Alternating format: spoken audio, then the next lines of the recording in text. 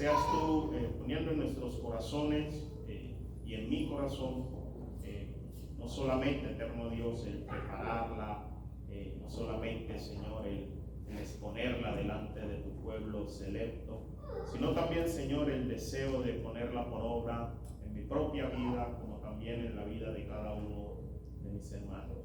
Es el hecho de que yo esté aquí parado frente a mis hermanos, Señor, no significa que la palabra no es para mí, sino que al contrario, principalmente es para mí. Y yo como el primero, Señor, y como el más necesitado, te pido que me ayudes, eterno Rey, a ser esforzado,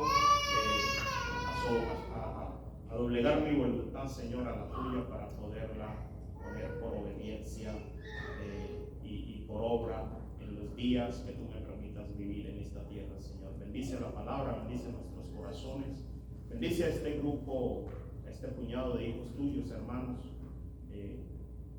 con tu palabra, Señor, y que tu Santo Espíritu, eterno Dios, nos sea dando entendimiento para poder comprender, pero también para poder llevar a la práctica lo que tú hoy nos enseñas. En el nombre de Jesús te bendecimos. Amén. Gracias, hermanos. Tengo en esta noche el privilegio de compartir la enseñanza. Días atrás pronunciaba o les dejaba saber que sentía en mi corazón, y creo que de parte de Dios, la gran necesidad de hablar de un tema que para mí es bastante difícil, porque yo sé que todos los temas que vemos, que enseñamos, que recibimos, tienen que llevarnos a nosotros más allá de una enseñanza teórica, nos tiene que llevar a una práctica. Yo creo que toda persona, cuando se para a compartirnos la palabra, tiene por lo menos una meta, un propósito, una aplicación por el cual enseña esa porción, y siempre lo hacemos con el deseo de que esa una, dos, tres o más metas que tengamos en la enseñanza, nosotros como oyentes, pero también como expositores de la palabra, la llevemos al cumplimiento. De nada sirve pararnos aquí, quien quiera que se pare y usted sentarse allá a escuchar y simplemente enseñar, y no practicar lo que se enseña y lo que se escucha. Así que el propósito es que todos vayamos en un mismo espíritu, en un mismo sentir, caminando en el cumplimiento de eso que aprendemos. Es como cuando usted tiene su devocional y en el día a día usted estudia la palabra del Señor. Obviamente no la estudia simplemente para cumplir con un requisito más que se demanda al creyente, porque al creyente se le demanda el estudio diario de la Biblia. Entonces, que la idea no sea simplemente cumplir con esa demanda, sino lo que estudiamos, practicarlo en el día a día. No siendo más, quiero invitarlo que vaya conmigo a la segunda carta a los Corintios,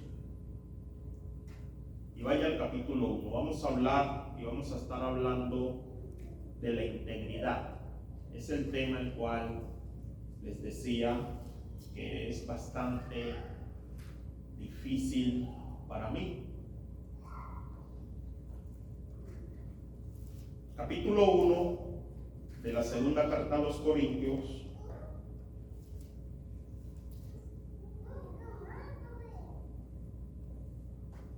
Y vayas al verso 12. Leemos en el nombre del Padre, del Hijo y del Espíritu Santo. Segunda de Corintios, capítulo 1, verso 12.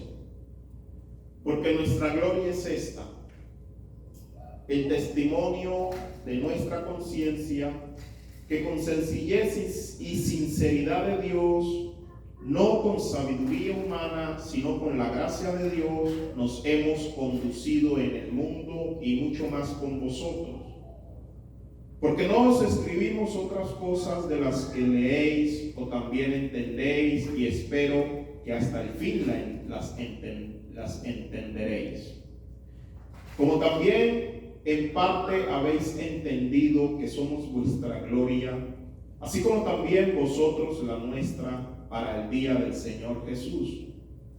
Con esta confianza quise ir primero a vosotros para que tuvieseis una segunda gracia, y por vosotros pasar a Macedonia, y desde Macedonia venir otra vez a vosotros, y ser encaminado por vosotros a Judea. Así que, al proponerme esto, usé quizá de ligereza. Por lo que pienso hacer, lo pienso según la carne, para que haya en mí sí y no. Mas como Dios es fiel, nuestra palabra a vosotros no es sí y no. Porque el Hijo de Dios, Jesucristo, que entre vosotros ha sido predicado por nosotros, por mí, Silvano y Timoteo, no ha sido sí y no, mas ha sido sí en él. Porque todas las promesas de Dios son en él sí y en él amén, por medio de nosotros para la gloria de Dios. Y el que nos confirma con vosotros en Cristo, y el que nos ungió es Dios, el cual también nos ha sellado y nos ha dado las arras del Espíritu en nuestros corazones. Mas yo invoco a Dios por testigo sobre mi alma, que por ser indulgente con vosotros no he pasado todavía a Corinto. No que nos enseñoreemos de vuestra fe, sino que colaboramos para vuestro gozo, porque por la fe estáis firmes. Cuando leemos esta porción, así muy a vuelo de pájaro, lo menos que se nos viene a la idea o a la cabeza es que Pablo aquí está ejerciendo una defensa a su carácter. ¿Lo notó? ¿Notó que Pablo está defendiendo una acusación que se le ha hecho a él? ¿Sí lo notó? A veces leemos así ligeramente y no notamos de qué se trata esto. Muchos y muchas veces, en muchas ocasiones, queremos aparentar que somos personas honestas y que somos veraces. Hoy vamos a ver la introducción acerca del tema de la integridad. Y en el transcurso de que el Señor nos los vaya permitiendo según los días, iremos desarrollando a más profundidad el tema. Pero como les decía, en muchas ocasiones muchos queremos aparentar que somos personas honestas y veraces. Digo aparentar no por querer decir que no haya entre vosotros y entre nosotros alguno honesto y alguno veraz. Yo creo que aquí hay gente honesta, ¿verdad? Creo que aquí hay gente veraz. Pero queremos aparentar estas cosas porque sabemos que la deshonestidad y la mentira son vicios detestables. Ahora, yo me pregunto, ¿habrá uno aquí que no haya dicho, que aún no diga una mentira?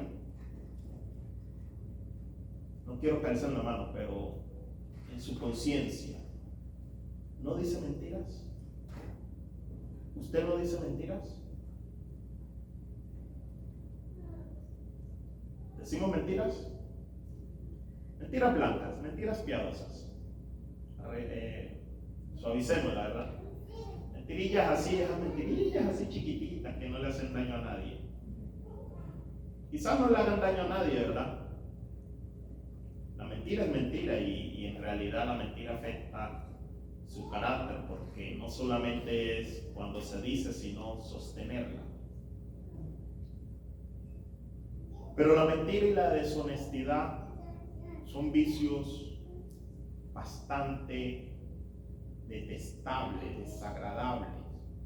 Es por eso que nos molesta cuando vienen delante de nosotros aquellos políticos corruptos que en los momentos de sus campañas promueven una imagen de persona, hombre o mujer, honesta, hombre o mujer, veraz, con el fin de ganarse el voto popular. Eso molesta, ¿verdad?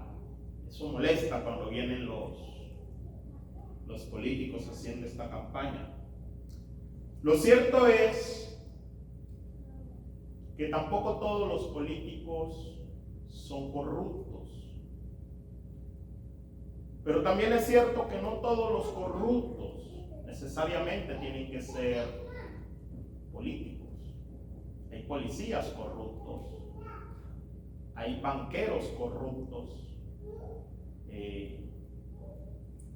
y hay o habemos creyentes que en ocasiones no somos el ejemplo de la honestidad, ¿verdad? Alguien decía por ahí, en la viña del Señor hay de todo, ¿verdad? ¿Será cierto eso?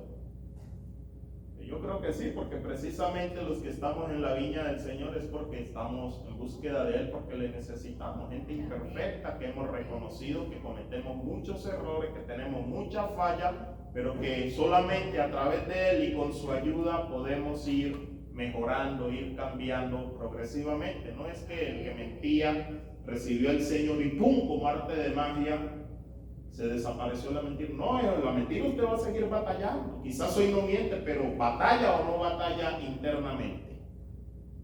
¿Será que le digo que no puedo ir? Porque es que batallamos al día a día con estas cosas. Y estas cosas tienen que ver con nuestro carácter, el cual, con nuestra integridad, el cual definirá nuestro carácter. La falta de integridad en nuestros días es un serio problema, un problema terrible, y más en nuestra sociedad o en nuestra hermandad como creyentes. Y es un problema en todos los niveles. Es un problema en la política, es un problema en la sociedad, es un problema en la familia, es un problema en todos los niveles. Un problema serio, la falta de integridad. Ahora, cuando esa virtud de ser íntegro empieza a escasear, empieza a carecer en la iglesia y específicamente empieza a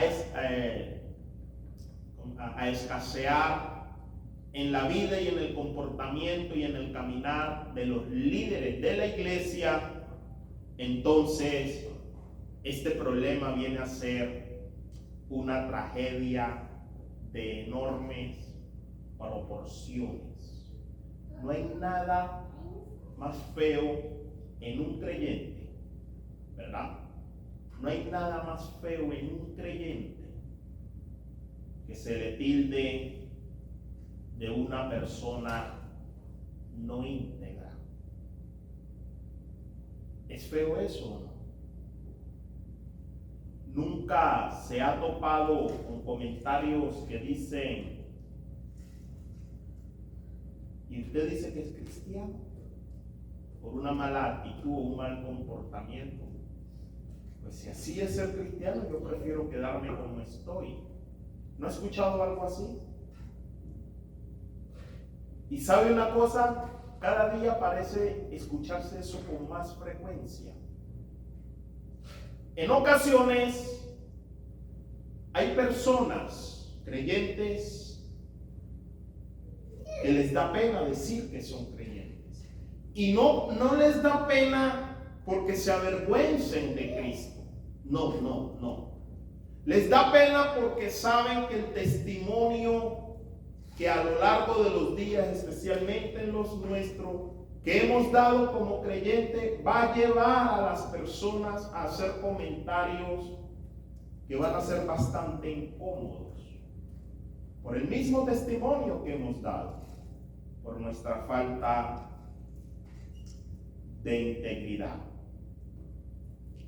Es porque la integridad viene a ser como la espina dorsal del cristianismo y la columna vertebral de la vida cristiana. Sin integridad somos como creyentes cuadraplégicos. ¿Entendemos eso? Un creyente no íntegro es un creyente que anda en silla de ruedas. Suena feo y suena duro, pero a estas proporciones tiene gran importancia la integridad. Ahora, un líder sin integridad es tan contradictorio como un diablo humilde. ¿Te imaginas un diablo humilde o el diablo humilde? Eso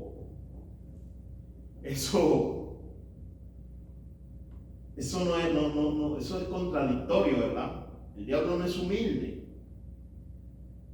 Es lo mismo que un líder sin integridad. Un líder sin integridad, ¿quién lo va a seguir? ¿Quién va a seguir a un líder no íntegro?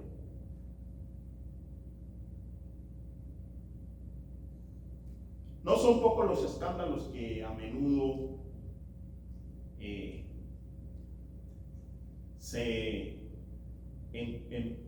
andan empañando al pueblo de Dios, al pueblo cristiano. No son pocos los escándalos por nuestros malos testimonios y por nuestra falta de integridad como líderes. No importa cuántos dones, cuántos talentos o cuántos recursos nosotros podamos invertir dentro del ministerio o para el ministerio, sin integridad, lo que estaremos haciendo es edificando sobre arena movediza. Si nosotros no somos íntegros, de seguro que la gente que quizás en un momento estuvo siguiendo a Cristo primeramente, pero a través del líder que Cristo ha puesto, sin integridad, la gente no va a seguir a ese líder. Sin integridad, la gente no va a seguir a ese líder. ¿O usted qué cree?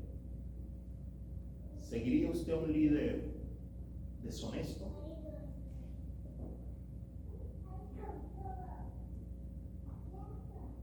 ¿Le seguiría a un líder deshonesto? Diga que no. La falta de integridad es tan fuerte que en muchas ocasiones ha causado ruptura de grupos que se reunían para adorar al Señor, a punto de que esos grupos se han disipado, se han desaparecido y el lugar se ha tenido que cerrar por la falta de integridad y primeramente en los líderes que dirigían aquella comunidad. Así que no importa cuánto usted invierta con dones, con recursos, con talentos, si no hay integridad en eso que usted está invirtiendo, a través de esos dones, esos recursos y esos talentos, entonces se está edificando sobre arena movediza y el resultado final llegará tarde o temprano. y será bastante desastroso.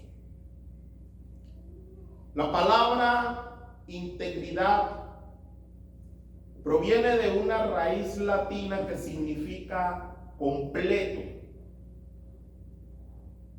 Significa intacto. Significa entero. Se trata de algo a lo que no le falta ninguna de sus partes. Algo que no está dividido internamente. Una sola pieza. De manera que una persona íntegra es una persona que es coherente. Es una persona que es sincera. Es una persona que es digna de confianza y es una persona la cual es la misma estando acompañada o estando sola. Es la misma persona, es completa, es de una sola pieza, es sincera. No hay ninguna rotura o ninguna división interna en ella. Es una misma persona en su casa y en la iglesia. Es una misma persona delante de la sociedad y su comportamiento no es un rol. Su comportamiento no se asemeja ni mucho menos a un papel que se asume como asumen los papeles los actores en el teatro. Ese no es su comportamiento de una persona íntegra. Su forma de ser es genuina.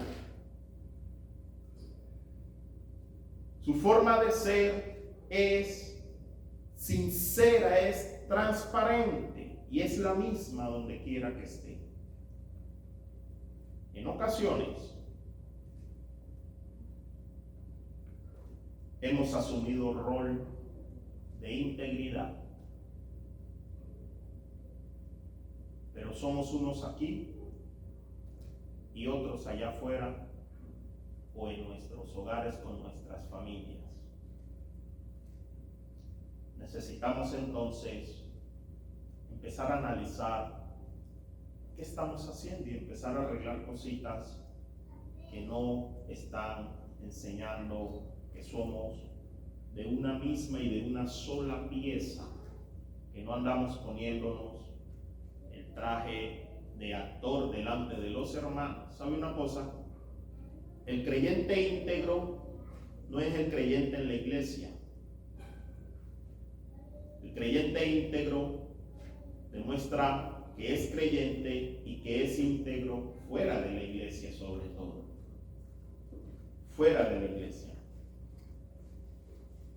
Ahora, en este texto que acabamos de leer, de Segunda de Corintios, capítulo 1, parece ser que algunos estaban acusando al apóstol Pablo de ser falto de integridad. Parece ser que lo estaban acusando de cambiar de idea, de cambiar de parecer, y que quizás lo hacía muy a menudo. Pero ¿en qué se basaban estos individuos, estos hermanos, estas personas de Corintios para hacer tan grande acusación al apóstol Pablo? Bueno, entre otras cosas, ellos se basaban en el hecho de que Pablo repentinamente decidió cambiar su itinerario de visitas a la iglesia en Corintios durante su tercer viaje misionero. Si usted está conmigo, mire lo que dice Pablo en la primera carta de los Corintios, en el capítulo 16. Primera de Corintios, versos 16. Primera de Corintios, capítulo 16, verso 7. Pablo dice: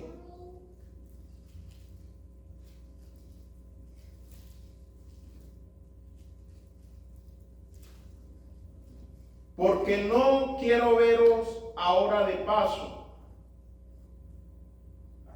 pues espero estar con vosotros algún tiempo, si el Señor lo permite. Pablo les está prometiendo que en esta ocasión,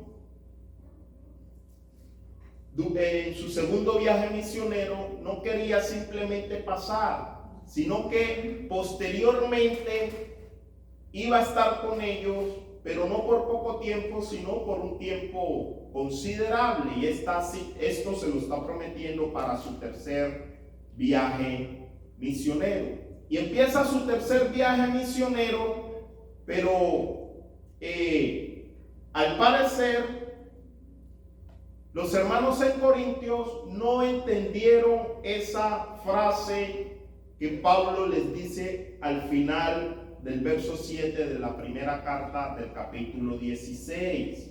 Parece que no entendieron claramente, no lo colocaron en la mente esa frase que Pablo les dijo. Espero verlos, espero quedarme con ustedes un tiempo, si el Señor lo permite. Y cuando Pablo cambió su plan, pues siguió el tercer viaje misionero y no pasó por ahí, ellos entonces le hacen la acusación, y por eso viene Pablo ahora en la porción que leemos a defender el por qué no había, o la acusación por la cual ellos le venían a señalar como una persona que no cumplía lo que decía. Cuando Pablo cambió su plan, algunas personas en la iglesia de Corintios lo acusaron de ser una persona que cambiaba de parecer, y este cambio de planes fue suficiente para que estos individuos arremetieran contra Pablo sin haberle dado la oportunidad de que Pablo les explicara el porqué de sus razones por las cuales no pasaba por Corinto. Al mismo tiempo, el apóstol Pablo estaba persuadido de que el impacto, de que el ataque a su carácter podría provocar eventualmente mucho daño en la salud espiritual de muchos creyentes. Pues no olvidemos que él era un apóstol del Señor Jesucristo, y como tal, él era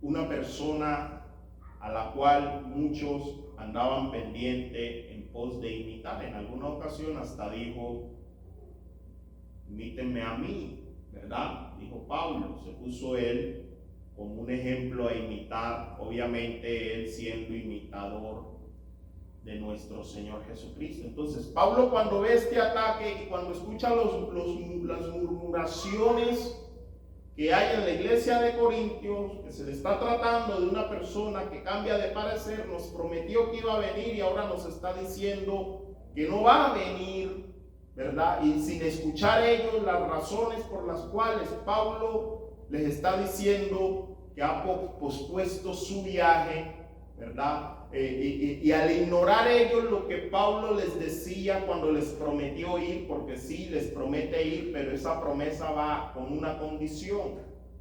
¿Cuál era la condición? Yo quiero ir a donde ustedes y quiero quedarme con ustedes un par de meses, por decirlo así. Y eso va a acontecer si el Señor lo permite. Ahí hay una condición, ¿verdad? Pero ellos ignoraron todo eso. Ellos ignoraron todo eso. Y al posponer Pablo el viaje, lo que hacen es atacarlo, sin escuchar razones. Pablo se persuade de que este ataque a su carácter puede generar en la salud espiritual de muchos algunas consecuencias. sabiendo que él era un apóstol de Jesucristo. Esta es la razón por la cual Pablo se mueve a obrar en su propia defensa. Y no se está defendiendo él como la persona, como a Pablo, sino que está defendiendo el ministerio, está defendiendo el apostolado, porque Pablo entiende que un líder y de estas proporciones, un apóstol del Señor, este líder, todos estamos llamados a ser íntegros, ¿verdad? Pero hay una proporción más visible, por así decirlo, una responsabilidad más sutil de andar con más tacto, con más delicadeza, con más cuidadito en el líder que va guiando, ¿verdad? Todos estamos llamados a ser íntegros y aquí no hay excusa que porque aquel es el líder no sé qué, el pastor no sé qué, que la responsabilidad es para él solamente. No, todos estamos llamados a manifestar el carácter de Cristo, ¿verdad? Y el carácter de Cristo tiene que ver con integridad.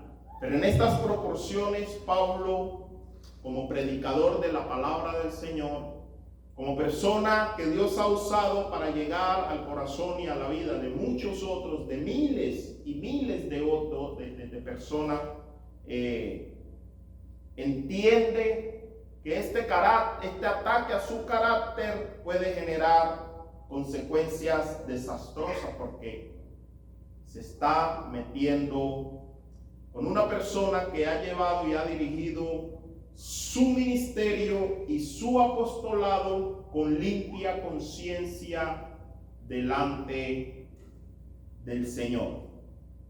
Pablo sabía que por el otro lado también el enemigo podría minar la fe de los hermanos si su carácter quedara entredicho. Porque eso es lo primero que hace el enemigo.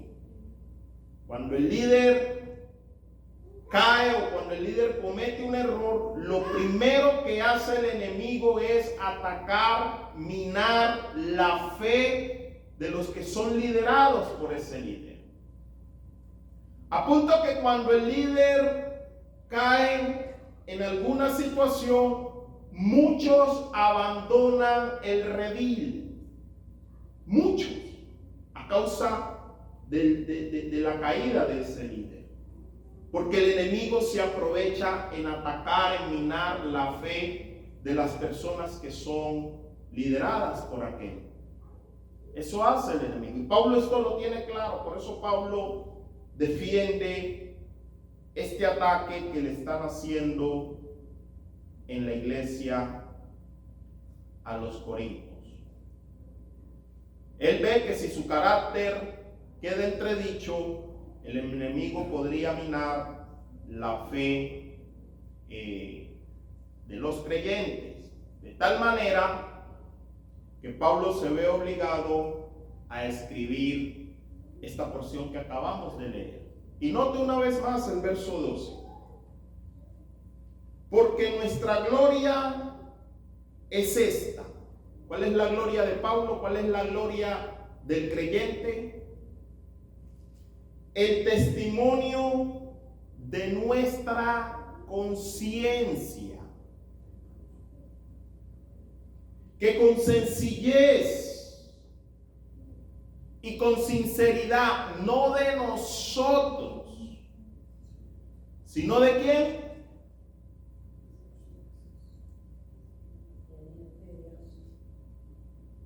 Con sencillez y con sinceridad de Dios. No con sabiduría humana, dice Pablo.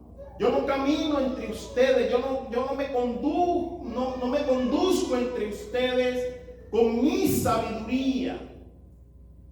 Yo no pretendo ser sencillo, yo no pretendo ser humilde, yo no pretendo ser sincero con mi sinceridad, sino que lo que vivo, lo que demuestro y cómo me comporto es lo que Dios viene haciendo en mí. Es lo que les está diciendo Pablo. Y así nos hemos conducido no solamente en el mundo, sino primeramente en medio de vosotros, en medio de ustedes. Lo que Pablo entonces está diciendo y está señalando es que él se gloría en el testimonio de su propia conciencia. Una persona íntegra se puede gloriar en el testimonio de su propia conciencia, porque su propia conciencia no le acusa, y en eso uno se puede gloriar. No puede decir: estoy siendo acusado injustamente, y quizás eso le genere algún tipo de tristeza, pero internamente y delante de Dios, la persona íntegra sabe y está seguro que se ha comportado con rectitud, como de una misma pieza, sin dobleces, sin dobleces. Y él se está gloriando y está convencido de que su conciencia es su gloria. Su conciencia no porque él la force a creer ser lo que él no es, sino su conciencia de lo que él sabe según es su relación con Dios, cómo él se está comportando, porque su comportamiento no está dirigido a los hermanos solamente, sino que principalmente él es quien es primeramente para Dios. Y cuando tenemos este pensamiento de ser cada día mejor, no para que los hermanos me vean, sino para que el que me está viendo apruebe lo que estoy haciendo, entonces empiezo a caminar teniendo cuidado de no meterme en los líos que van a empezar a señalar mi falta de integridad y un carácter muy lejano de Cristo. De tal manera que Pablo está convencido de que él no ha actuado con dobleces, que llega al punto de llamar a Dios como su testigo. Nota el verso 23.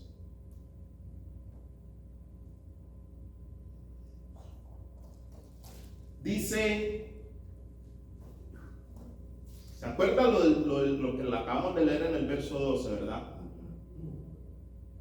Porque nuestra gloria es esta, el testimonio de nuestra propia conciencia, de que hemos andado por el mundo, de que con sencillez y con sinceridad de Dios, y no con sabiduría de hombre, no con sabiduría humana, sino con la gracia de Dios, ¿verdad? ¿Cómo caminaba Pablo? Delante del mundo y delante de los hermanos. No con sabiduría humana, sino con sencillez, con limpia conciencia y con sinceridad de Dios. No con sabiduría humana, sino con la gracia de Dios, ¿verdad? Y ahora dice, habiéndoles dicho eso,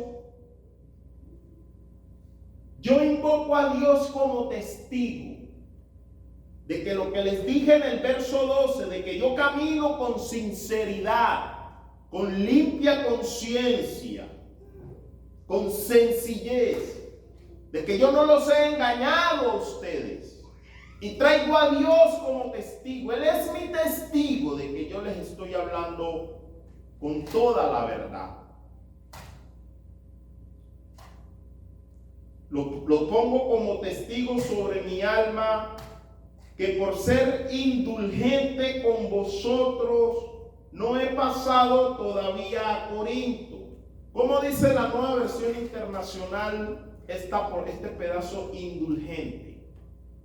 O el versículo 23 entero. ¿Alguno tiene otra versión? Por mi vida pongo a Dios por testigo de que es solo por consideración a ustedes, por lo que todavía no he ido a Corinto. No es, sí, siga. No es que intentemos imponerles la fe, sino que deseamos contribuir a la alegría de ustedes, pues por la fe se mantienen firmes. No he ido a Corintios no porque yo sea falto de integridad, sino por consideración a vosotros es que no he ido a Corintios. Nosotros no nos estamos enseñoreando, y mucho menos yo de vosotros, de vuestra fe, sino que colaboramos para vuestro gozo, porque por la fe estáis firmes. Y en el capítulo 2 empieza a explicarle algunos asuntos. Ahora, y con esto ya voy a terminar. Por hoy, ¿no?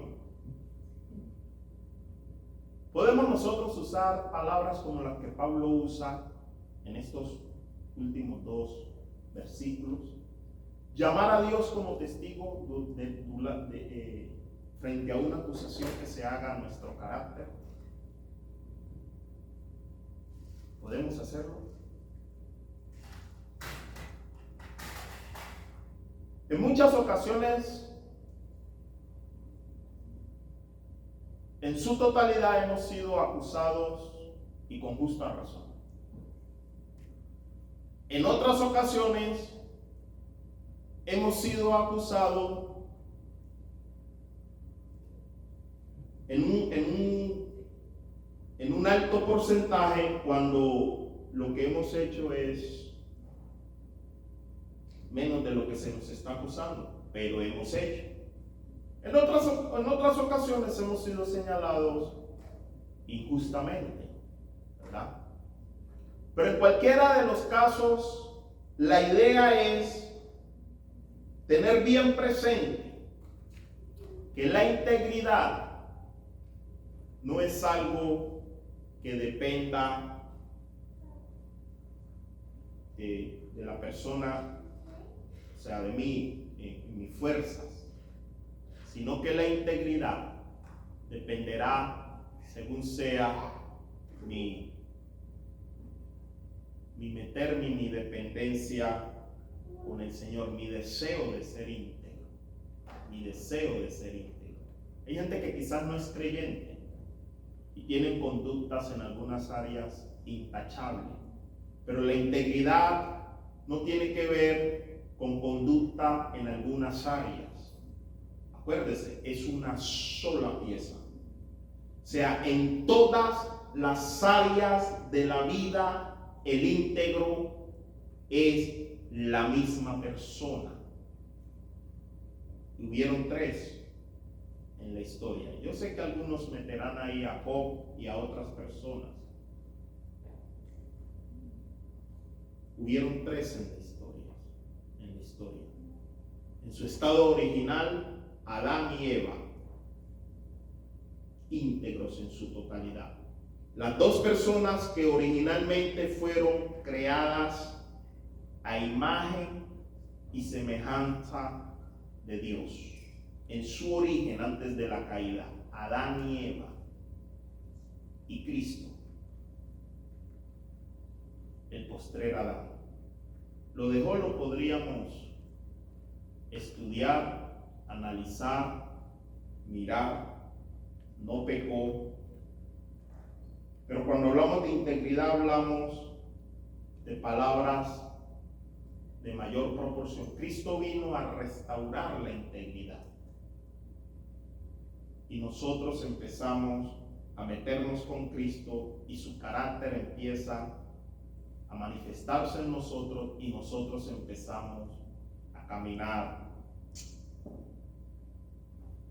en integridad. Hay personas, como les decía, que no necesariamente son creyentes y en muchas áreas tienen buenos comportamientos. Personas que no son creyentes y no mienten, ¿verdad? Y no mienten, pero tienen inclinaciones a otras cosas. No roban y nunca han robado, pero tienen inclinaciones a otras cosas.